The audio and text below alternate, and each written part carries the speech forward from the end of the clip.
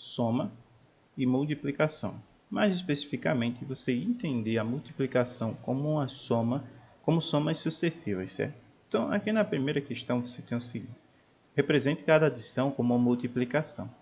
Então, o que é que ele quer que você faça em cada item desse? Não é de marcar, certo? O que é que ele quer que você faça em cada um desses itens? É que você represente como uma multiplicação. Digamos que você tenha 9 mais 9 mais 9 mais 9. Isso significa que você tem 4 vezes o 9, não é? 36. Então, ele quer que você faça 4 vezes 9, certo? Vou fazer assim. 4 vezes 9. Certo? É isso que ele quer que você faça.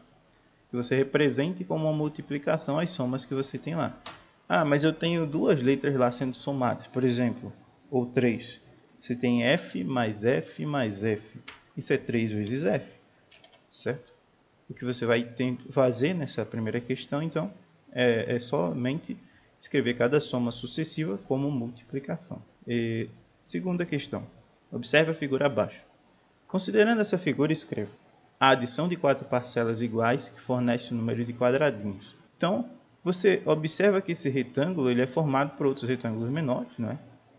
E aí você tem o seguinte: ele quer que você represente o número de quadrados aqui, certo? Por meio da adição de 4 parcelas iguais, que oferece todo o número de retângulos aqui, que ele chamou de quadradinhos, enfim.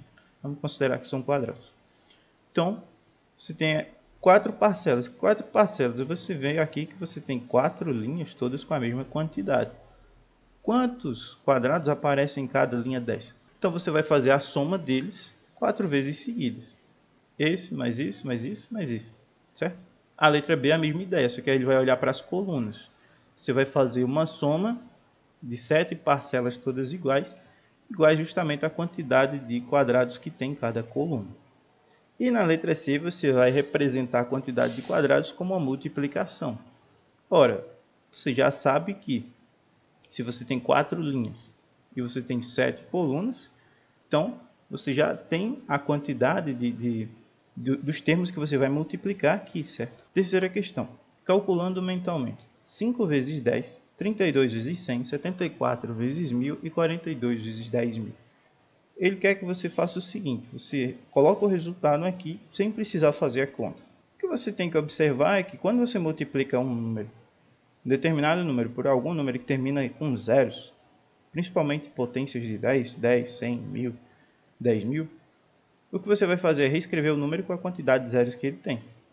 Por exemplo, se você faz 32 vezes 1000, você reescreve o 32, né? E acrescenta 3 zeros do 1000, 32.000, certo? Isso é algo que vocês vão ver quando tiver vendo potências de base 10, que é justamente isso.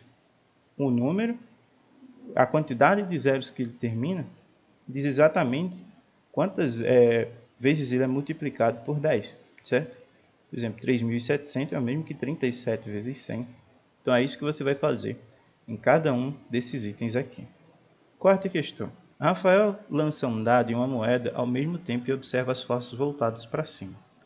De quantos modos diferentes essas faces podem aparecer? Você vai fazer o seguinte: ou você faz cada uma das possibilidades, ou você já pode fazer a multiplicação para identificar o número de possibilidades que você vai ter aí, certo? Quando ele pergunta de quantos modos diferentes essas faces podem aparecer, ele está perguntando quais são as combinações possíveis, certo?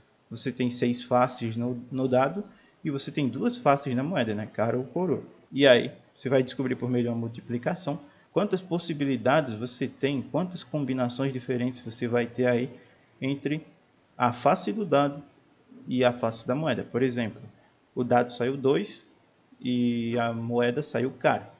Então você já tem um conjunto 2, cara, que você tem entre essas combinações. Daí ou você faz todas ou você já faz a multiplicação para descobrir quantos tem no total.